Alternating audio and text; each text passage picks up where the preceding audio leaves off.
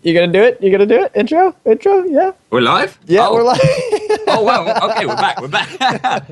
We are back, and we are on Cloud Kingdom, and we have got some shenanigans going down. And our first player being Shenanigan, down in the bottom of the left-hand corner is our purple Zerg representing Upset. It's HydrO. I'm super excited that HydrO's getting cheese right now, so we're gonna get right back to the top right-hand corner. He is cheesing. He is your red Terran player, Season 2 finalist, Seryph. Cheese, cheese, cheese, cheese, cheese, cheese, cheese, cheese. It's a bunker rush. We got 2 SCVs down here building bunkers on the low ground of the natural of HydrO. We've got 1 Marine out already, an extra SCV there that's going to be building a 3rd bunker. So 3 bunkers already. This is quite the investment and dedication. Of course, drones getting pulled from HydrO to respond to this. Talk us through it, Zerg. How do you feel?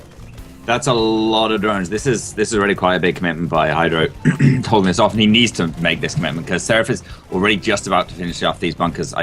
One of them's definitely down, finished. yeah. The second one should as well. I like the decision to send a couple of these drones further back to get the reinforcements, but unfortunately, 3 Marines make it into a bunker already, and a few drones are going to go down.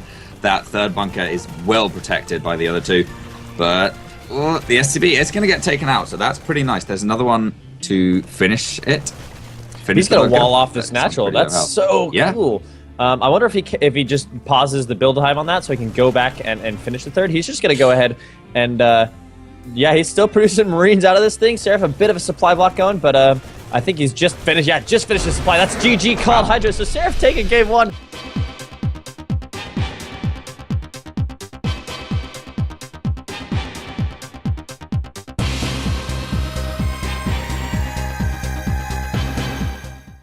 It's round 2 of this series, and we have our player instructions. Get ready for us as some action goes down. Spawning in the top right-hand corner, down 1-0. He is your purple Zerg player representing Outset Gaming, HydrO. And here's the opponent down on the opposite corner, down the bottom left of Overgrowth, representing nobody but himself, a lone wolf. It is our red Terran, Seryph. And he's gone ahead and made 2 Reapers here, and they're just going to be poking in and out, trying to do some damage on this Queen. I think they got a Link Killer too before you're able to join into the game. And we do have, of course, our natural getting set up for HydrO as a 3rd CC is going to start this natural wall for Seryph. So a bit greedy from Seryph, but we'll see what's going down. Yeah, I like it. I like it, but agreed. I like that. Really like that CC position on Overgrowth as well, because despite it being like right in the wall, actually surprisingly easy to just miss that, because when you send your Overlord for the 6-minute scout in and around the main, you're looking for like the CC, the tech buildings and stuff like that, and the Overlord that you have sitting over the natural, over that little sort of Overlord hiding spot, doesn't actually see that that location unless you have it quite far out. So it can be quite deceptive. Yeah, we do have speed just finished up for a Zerg player. And we did a scan. A scan went down just as the Roach Warren plops down. So that 6:30 timing is, pretty spot on for Seryph to go ahead and use up his scan on the main. And unfortunately for HydrO, he didn't hide it down into his natural. It was right there for everyone to see. So the scan is really about as good as it gets. He knows what he's up against now, and we'll see if he's producing Marauders. His stem's on the way, so we'll see if he's able to hold this as he pushes out with some Hellions and Reapers. Yeah, he is, and just 2 Reapers with this, but that should be enough to sort of pressure HydrO's 3rd quite a bit, because he doesn't really have that many units. I expect we'll see a few Roaches. There we go, 7 Roaches in production. That'll easily be enough to push away these Hellions and Reapers, but going up to 9, I think he's going to start going across the other side of the map and applying some pressure with them. Yeah, 11 Roaches is quite a big commitment. We do have Way a siege tank. We do have a siege tank on the way, and so that's going to, of course, provide an ample amount of defense. The Queen's making their way over here to deny these Reapers and Hellions from doing more damage on that 3rd. And so we're going to see if Seryph has a good idea of when it's coming. He knows it's coming. It's just a matter of when at this point. He does have a bunker going down. The siege tank is just about to pop out, and it'll be here just in time. Now the Hellions and Reapers are going to see these Roaches, and they're going to pull them out a little bit, and this is good for Seryph. If he doesn't lose don't lose all of them. If it is good that he pulled them off track, but giving up 2 Hellions here or there is not necessarily the best thing to do, because you want to use those, of course, to go ahead and harass while the Roach attack is going down, because Hellions don't really do that well. So go ahead and pull them off the line of battle of the defense and go ahead and use them to harass the third. Now we have all these Roaches and Lings present. I do believe the Siege Tank is sieged up fairly nicely. He's going to go ahead and start working on the supply depot. We do have another, yeah, there it is, the Siege Tank sieging up on the high ground. There is vision for it, so it is going to get sniped really quickly. That's a really big pick off from HydrO. Of course, 2 Marauders in the forward bunker and one behind it. So these Roaches are going to be able to get through, and they're really only seeing 2 bunkers. So the one more Siege Tank on the way. We're going to see if it can actually not die so quickly this time, as SCVs are pulled to repair and defend. In come Banelings. Oh, they're going to get some decent shots, but not quite able to kill that bunker. However, the 2 Marauders do have to evacuate. One of them can get in this secondary bunker, and the Lings are making their way around to the Siege Tank. Well, that's been pretty nicely defended by SCVs. Still, mass repair going down the Siege Tank means it's going to be able to do a lot of work, and a lot of SCVs going down, though. HydrO's made quite a big commitment to this, and another Siege Tank up on the top of the ramp should be able to clean this up. 4 Banelings finishing up, though. They're going to kill all these SCVs. Oh, God. The Banelings coming in and doing work. This Siege Tank is going to be defending a little bit, but I think the supply depot is going to go down, and once it does, these Roaches are going to be able to get right on top of that Siege Tank. Down goes the Siege Tank. Now the Lings are in amongst the SCVs and the Marines. You never want to be using SCVs, of course, to be battling against Roaches at this stage of the game. HydrO with a 30 supply lead, essentially. Where is Seryph going to go with this? He does have 3 CCs. He is pressuring the third of HydrO, but I don't know if that's enough, and it is GG called.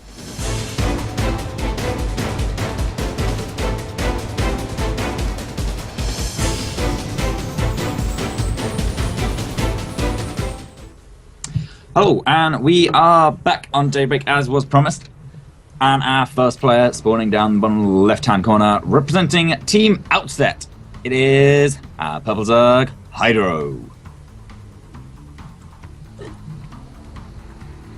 Yeah, tied up game. The series pretty decently last game on Overgrowth, and his opponent spawning in the top right-hand corner. Cheese on game 1 on Cloud Kingdom, I believe.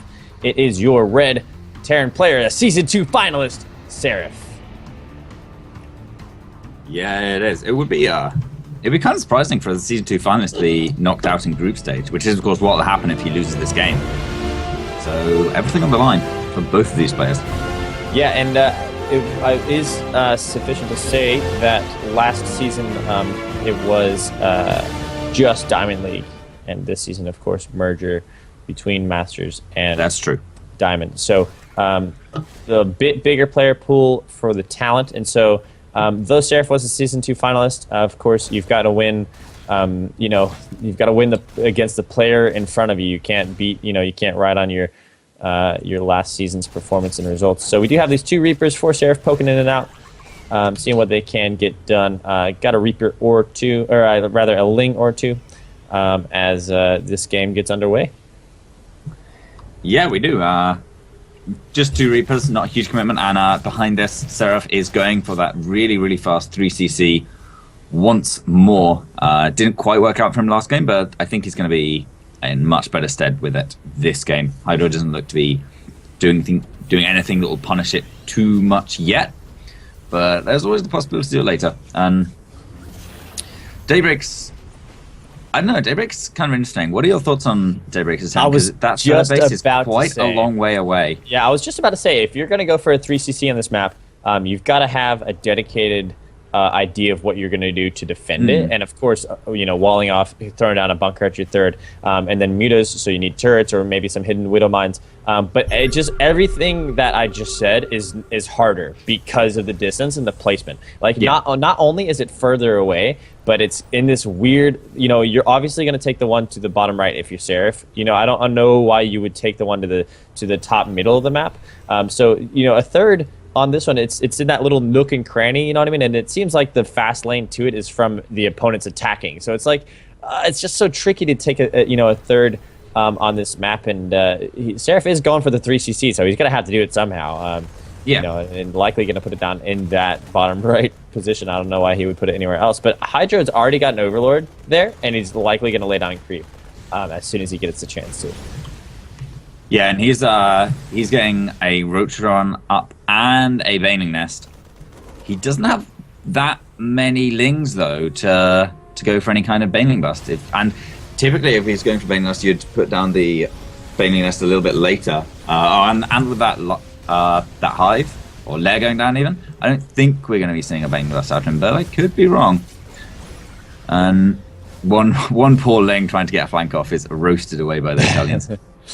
Yeah, so we'll see if Seryph is able to put these Hellions to better use than he was last time. It's essentially, like you described it, a little bit of the same build out of HydrO. He's not really just changing much. Either player is actually kind of dedicating themselves to what they were able to do last game and what they were able to find success with. These Hellions denying a creep tumor, always good. If you can get any use out of those Reapers and Hellions, like if you were to quantify what use is, right? So getting drone kills, highest priority. Getting queens or lings, second priority. Getting creep is probably like the last priority, and right above it is scouting information. So like if you can do anything, don't just like leave him at home after you've made him, oh, I can't kill drones, I'm gonna go home. Don't get surrounded here, don't lose all this like, oh my goodness. He's gonna get, he's gonna lose everything here. That's kind of what I was talking about. You need to be mindful. He got him trapped in that corner, and HydrO just gonna throw those lings around the corner and trap them all. Now he's gonna waste a scan. He could have, like I said, maybe used a Reaper to poke in and get this information without having to throw down that scan. That's 400 minerals. That's an entire mule that he could have used elsewhere. Yeah, and that's money he won't be seeing for a little while. And also, he doesn't actually see that much. Yeah, he doesn't see anything. I was going to say the Roachmourn's not there. Yeah, the Roachmourn's not there, and the text all sort of at the front of the natural. And I don't think Seryph ever really went there with his Hellions. Yeah, no, he's got absolutely no idea. Of course, that Roachmourn I think never got used. I think it was just there as a if there's going to be some kind of hell battle in or something. And HydrO going for a pretty fast Spire. So we're going to be seeing some Mutalisks, obviously, trying to dart around. Seryph already has a couple missile turrets up. That's good. He's building one in the over his production as well. I was just about to say. And I think with the Mutalisks out, it's going to be kind of difficult for Seryph to take this third base for a while. Oh, never mind. He's actually already building a missile turret underneath that Overlord. I wonder if it's going to kill it. So he does. Yeah, he's going to go over and actually take out that Overlord before it's able to lay down its creep, and of course, lair. Is done because spires all that stuff. So he was able to lay down creep, he just didn't. But we do have oversaturation on the second from Seryph. Of course, he's gonna transfer workers as soon as that third orbital lands. And we're gonna see a more typical game out of this game 3, and I think that's really good for these players because now it's gonna come down to who can manage their engagements better and just play overall StarCraft better as opposed to exploiting a timing, busting down a wall, or of course 2-raxing that we saw from Seryph. Now it's going to come down to legitimate who's going to be playing this game better. And we do have the third look like it's going to be established without too much resistance from HydrO, because I think HydrO himself has no problems going to go ahead and go back home and take a fourth at the top of the map, as well as having his macro hatchery in the main. Those SCVs were stuck a little bit, but they are going to start transferring over. One thing Seryph needs to do, of course, is not get supply blocked. Of course, that's pretty basic. But staying ahead of that is one way to start losing the economic battle, because you can picture that like getting supply blocked more than your opponent is just as bad as losing engagements, because you're not going to have as many units when the engagement comes. Yeah, and that, of course, leads to losing the engagement, and if you just keep on losing it every engagement, you lose the game. HydrO's got a few Lings trying to run past, but Seryph has more than enough units to stop that. Really nice reaction time by HydrO, though. Pulls them back straight away.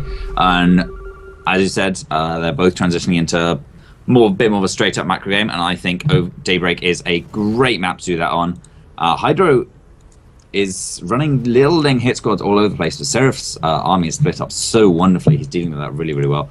Slight upgrade advantage for our Zerg player, I think, unless Terrence got 2. No, he hasn't got 2 armor, so Zerg's going to go ahead with double upgrades, and Seryph, unfortunately, isn't researching that +2 infantry defense. Do you think that's just a misclick? Is he? No, he's got engineering, right? Yeah, he's got the second engineering base to know. Why doesn't he go ahead and do that? He seems to be spending his minerals just on units at the time. There you go. So he gets it started. I don't think I think it was more so he prioritized weapons over armor, and then when when he didn't have to worry about his supply block or getting out a number of units, he went ahead and started up his upgrades. And like you were talking about yesterday when we saw or a couple of days ago when we saw some TVZ go down, the upgrades you can catch up on, but unit count can really rear its ugly head in an engagement. But we do have 2-2 finishing up for our Zerg player, and it's going to be quicker than the Terran player as HydrO gets a little confident with his Muta hit squad, and he's going to go ahead and go into the main and see what sort of damage he can get done. He might get trapped here a little bit if he tries to come back the other way. Missile turret's going to be repaired. Quick reactions from Seryph. Let's see if these Mutas are content to stay here taking out supply depots, or if they just come right back into this big army. There's going to be an engagement in the middle. Widow mines are going down. Everything is already stimmed. Let's see if this pre-splits. The splits are really pretty good. Baneling's getting a couple of hits that they need. Widow mines a little behind. Now the Muta's coming in from the back of the Banelings are going to absolutely destroy everything. Engagement number 1 going steadily in favor of HydrO on that one, as he was able to completely clean up that Terran force. Yeah, and he's had a few Mutalisks left in the main during that, cleaning up a few supply depots and killing a couple of SCVs. So that was really, really nice by HydrO. He's even got a lot of units left over to cancel this 4th command center by Seryph, and maybe even run through into the 3rd mineral line. These Banelings could do a lot of damage to those SCVs. Yeah, one thing though, Seryph does have a supply advantage. Of course, the economic advantage looks to be in HydrO's favor. He's got a massive number of bases. As these Banelings come in, Lings, Mutas, Banelings, everything that the Zerg player wants coming in and just raining down hellfire. These delicious balls of green gas are exploding at everything that they want, and the Lings get in on the SCVs in the natural, and they're going to tear everything up. Seryph forced to pull SCVs. Where does he go from here? You must be enjoying watching this. Yeah, I am. I think Seryph is going to clean it up eventually, though. There's only a couple Lings left, and HydrO's Muta count has actually been taken down quite a bit. He was floating around 20, and he's down at 12 now. But he has got a ton of gas and minerals banked up. Unfortunately, I just don't think he has the lava to spend it, really. Only 6 lava. And he's been pumping a lot of Lings this game, so it'd be nice to see him throw down maybe an extra macro hatch or 2. Because when you get into this sort of stage, when you're on about 5 bases, you really need more than 1 macro hatch to handle all this production. Yeah, and we do have a bit more SCVs produced for the minerals that he could be mining for the income. We have 78 SCVs for Seryph and 79 drones, so both are producing a little bit more than you would need. Like for 71 or 72, kind of the magic number for both races, at least in that respect. With mules, you can be a little bit less if you want to get more into your army supply. We do have a bit of an engagement that's about to go down. This flank coming from HydrO is great. The Banelings explode all over, and then the Lings go ahead and get a really good flank. Gonna take out a lot of forces there, but Seryph somehow still has a supply advantage. As the Mutas of HydrO go to work in the main, there's a counter drop going down at HydrO's 4th. This map is all over the place right now. Yeah, absolutely. This is one of the reasons why TVZ is so fantastic. There's action going on all over the map. The Mutants have to come back, and they're going to get quite a few medevacs here. That's a really nice pick up for HydrO. The medevac count is so important for that Terran, keeping it high, but they are going to have to back off as reinforcements come in. Wow. Busy, eh? Yeah, who has the advantage in this? Like, we see the supply advantage, and 3-3 is on its way. Meanwhile, we're still at 1-1 for the Mutas and 2-2 for Zerg. 3-3 has yet to be started. So once that, does he have an infestation pit down? He does. He has Hive even. Oh, he has Hive, so he can start his 3-3, but once Seryph gets 3-3 for his bio, it's going to really start paying dividends. And the longer the Zerg player waits until he gets 3-3, the more that's going to pay dividends. It is, just a time window, but it's going to be a pretty big one. He hasn't even started yet, and 3-3 is almost 40 seconds from being done. Yeah, it is, and that is the really, really scary time to be a Zerg, is when Terrans got their 3-3 finished and their Marines are tearing through Mutalisks, tearing through Lings, and just taking very, very little damage from anything that isn't a Baneling. Few drops being denied by HydrO, although one does sneak past into the main that might be able to get some damage. Some Ling Rumbos as well.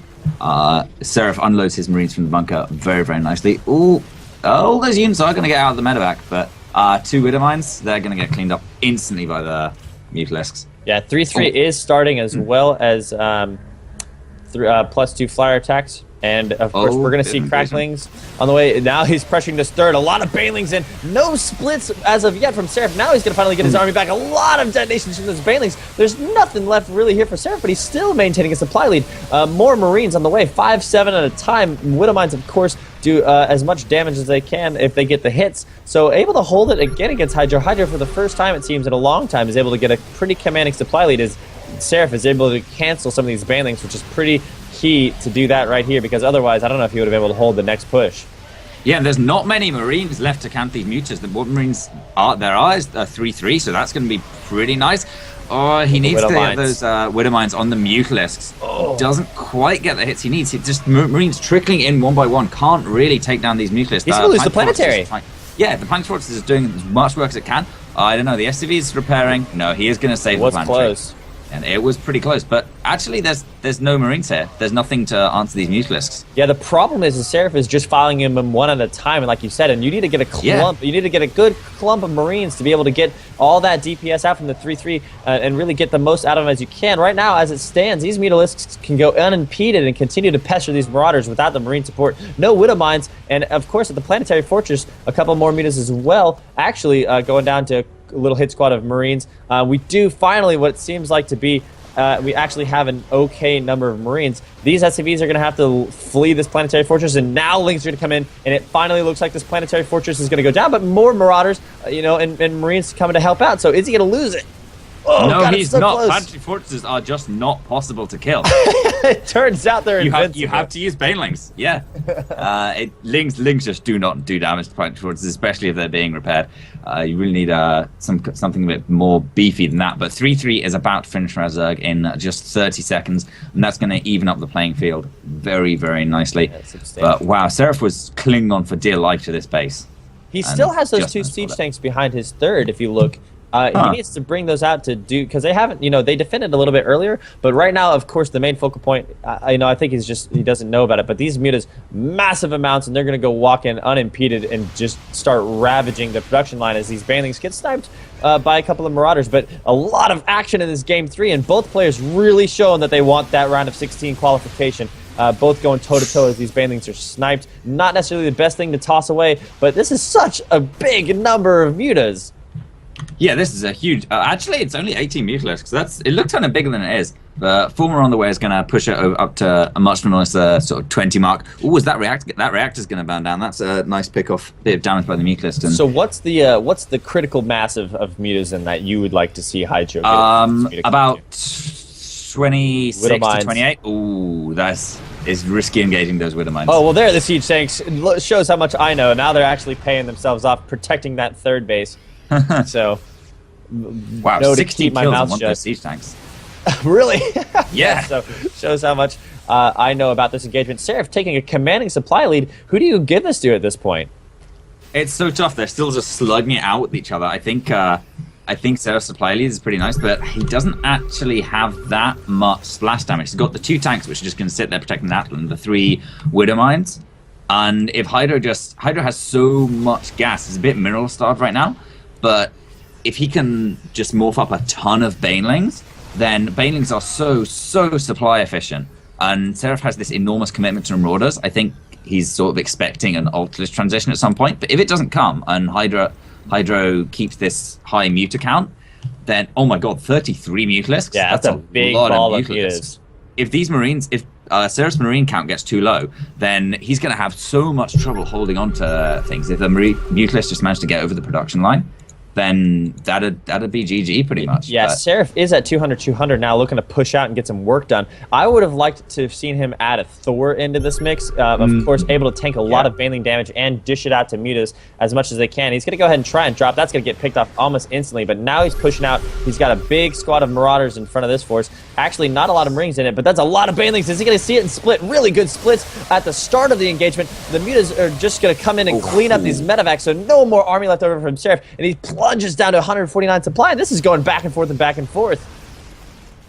Yeah, absolutely is. And these Mutalisks are actually really well upgraded now. 3 plus 3 attack on the way from Mutalisks as well. So they're actually pretty capable of slugging out with 3 Marines right now. Yeah, they're going to be really good when that upgrade kicks in.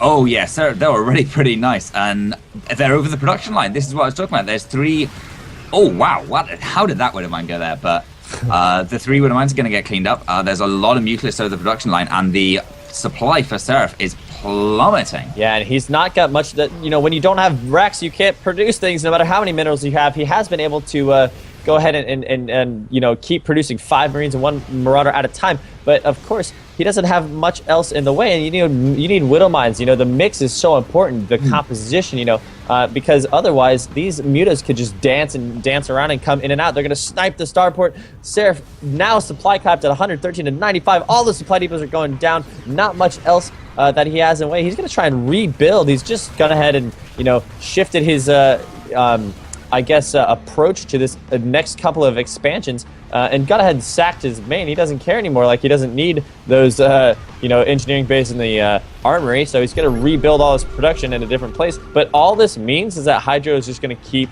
capitalizing on an advantage. I want to see HydrO take another expansion and just really push his creep spread and then take a commanding macro lead.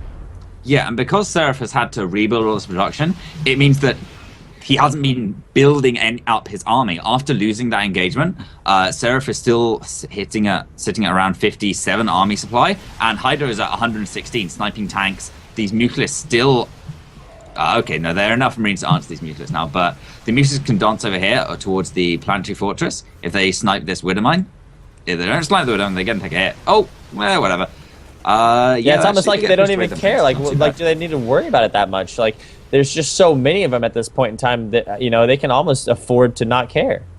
Yeah, are there any medevacs on the map? There aren't any medevacs on the map. These Marines are on such low health. Another stim on these, and the Mutalisks are actually going to be able to clean it all up. Oh, is he going to find this base? HydrO finds the base. There's absolutely nothing here to defend it. All these SCVs are going to...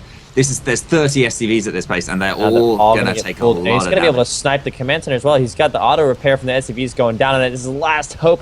HydrO really in a really commanding position, doesn't really need to do much because he's just using mutas. But if you look back at home, he's got Ultralisks on the way. He has a commanding army back at home, aside from the mutas. So 2 Ultralisks about to pop. I don't know if he got chitinous plating down. We'll check the upgrades. He did. Indeed, did he? Yes, he did. Yeah, okay, he did. So those are going to be some really strong ultras, and in the end, just Marines and Marauders, no medevac support, no Widow Mines, no Thors, the things that help bio transition into the late game. It's going to be really difficult for Seryph to hold this, and by really difficult, I mean next to impossible.